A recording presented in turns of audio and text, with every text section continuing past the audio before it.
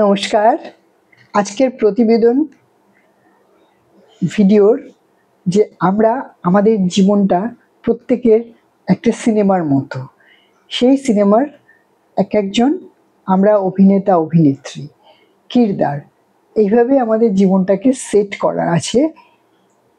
এইভাবেই আমরা লিখে নিয়ে এসেছি নিজেদের কথা নিজেরা।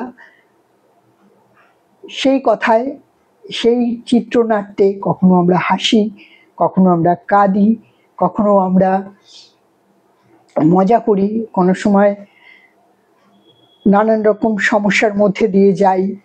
এই সব চিত্রনাট্য আমাদের নিজেদের লেখা, কেউ লিখে দেয়নি। আমরা এইরকম চিত্রনাট্য, প্রত্যেকটা মানুষের জীবনের আলাদা আলাদা চিত্রনাট্য সে নিজে লিখেছে, এবং যখন কোনো ঘটনা ঘটে তখন সেই ঘটনার পরিপ্রেক্ষিতে আমরা আমাদের জীবনের সেই ক্যারেক্টারটাকে আমরা প্লে করি। এইটুকুই মাত্র আমাদের কাজ। সেই কাজ করতে গিয়ে আমরা যেমন সিনেমা দেখতে গিয়ে 3 ঘন্টার সিনেমা, তার মধ্যে সিনেমাটার পুরো গল্পটা হবে এবং গল্পটা শেষ হয়ে যাবে। কিছু কিছু শর্ট ফিল্মও আছে যেগুলো স্বল্প দৈর্ঘ্যের ছবি, সেই ছবিগুলোও আছে। তো ম্যাক্সিমাম আমরা যেটা দেখেছি যে 3 আওয়ার্স একটা সিনেমার লেন্থ থাকে। তো আমাদের জীবনেরও কারো কারোর জীবন খুব শর্ট ফিল্মের মতো, অল্প সময় তাদের কার্যকলাপ বা যেটুকু তারা লিখে নিয়ে এসছে বা যেটুকু অভিনয়ের জন্য তারা সাইন আপ করে এসছিল এগ্রিমেন্টে, সেই এগ্রিমেন্ট খতম হয়ে গেছে এবং তারা পরলোকে চলে গেছে।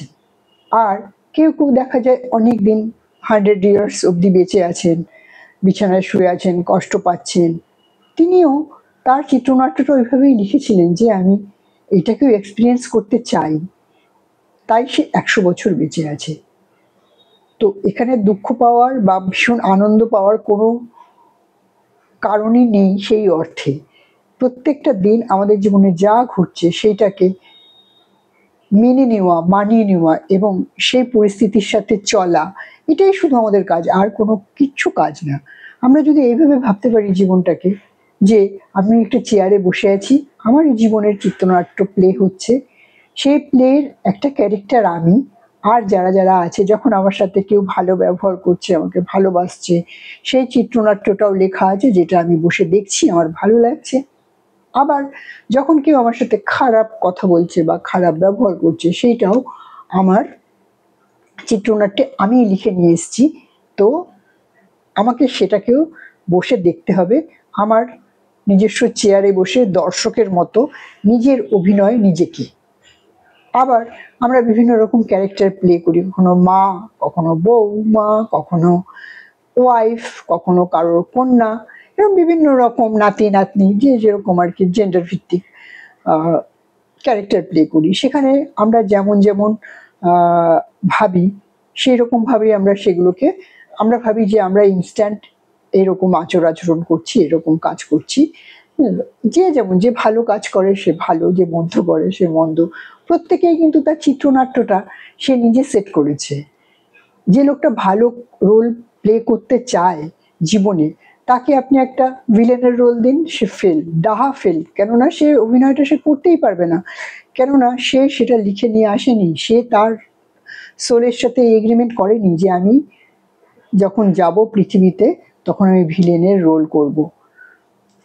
সে একটা ভালো বাবা হতে পারে, সে একটা ভালো মা হতে পারে, বা সে একটা ভালো বৌমা হতে পারে, বা এটসেট্রা এটসেট্রা, মানে সব কিছুতেই সে ভালোই রোল, যেটা মানুষ হিসেবে ভালো, সেই রোলটা প্লে করে। ঠিক সাইমালটেনিয়াসলি যখন কোনো মানুষ খারাপ কিছু প্লে করে, মানে খারাপ কোনো ঘটনা ঘটায়, সেও কিন্তু তাকে আপনি একটা ভালো রোল দিন, যে না তুমি আজকে থেকে এই ভালো রোলটা প্লে করবে, যে তুমি সবার সাথে ভালো ব্যবহার করবে, ভালোভাবে কথা বলবে, লোকের সাথে যাতে তোমার ব্যবহার ভালো থাকে এবং তারা তোমাকে ভালোভাবে সেভাবে চলবে। সে চলতেই পারবে না, সে ডেফিনেটলি এমন একটা কিছু করবে, এমন কিছু একটা ঘটনা ঘটাবে, বা এমন কিছু কার্যকলাপ সে যুক্ত হবে যে সে ভালো রোলটা আর প্লে করতে পারবে না। ভালো রোল মিনস ভালো, সে একটা ভালো মানুষ, এইরকম রোল তার প্লে করা সম্ভব না। কেননা সে ঠিক করে এসছে যে আমি এইরকম এক্সপিরিয়েন্স করব, আমি খারাপ হওয়ার এক্সপিরিয়েন্স করব।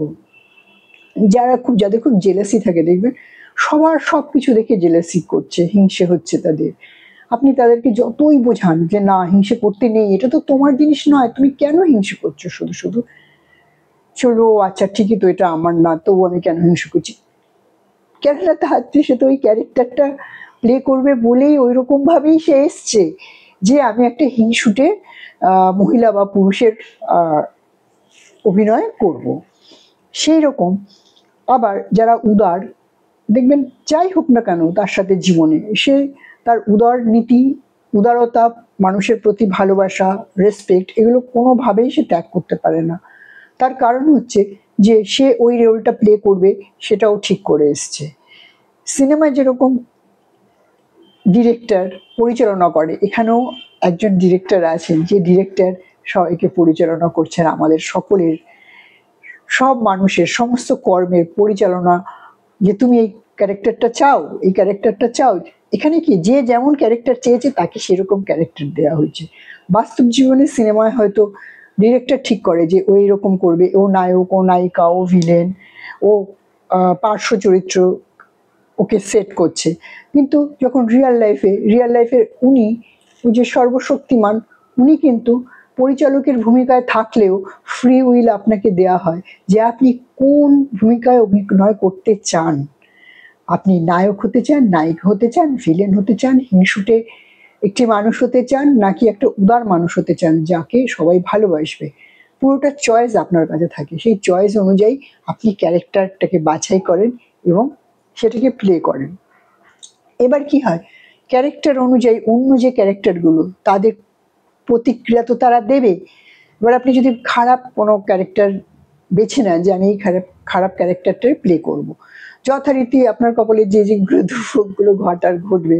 আবার খুব বেশি উদার আপনি ভেবেছেন আমি এই ক্যারেক্টারই করব, যাই হয়ে যাক আমি ভীষণ উদার থাকবো, তাতে যা যা ভালো সেটাও আপনি যেমন পাবেন, সেই ক্ষেত্রে আপনার যা যা মন্দ সেটাও আপনার জীবনে ঘটবে। এটা অবশ্যম্ভাবী। এবার আমাদের কাজ কি? আমাদের কাজ হচ্ছে একটা সিটে বসা, আমাদের নিজেদের জীবনটাকে একটা সিনেমার মতো ভাবা এবং সেই সিনেমাতে যে যখন যেমন হচ্ছে সেটাকে দেখা, খারাপ হলে কষ্ট পাওয়া, ভালো যদি কিছু হয় তাতে ভালো নেওয়া, দেখা এবং ভুলে যাওয়া। তার কন্টিনিউশন বলে কিছু নেই। যেমন 3 ঘন্টার সিনেমা দেখার পর আর কোনো কন্টিনিউশন আমরা কি রাখি যে ওই সিনেমাটা দেখে এসেছিলাম এখনো গালে হাত দিয়ে ভেবে যাচ্ছি? ভাবি না তো।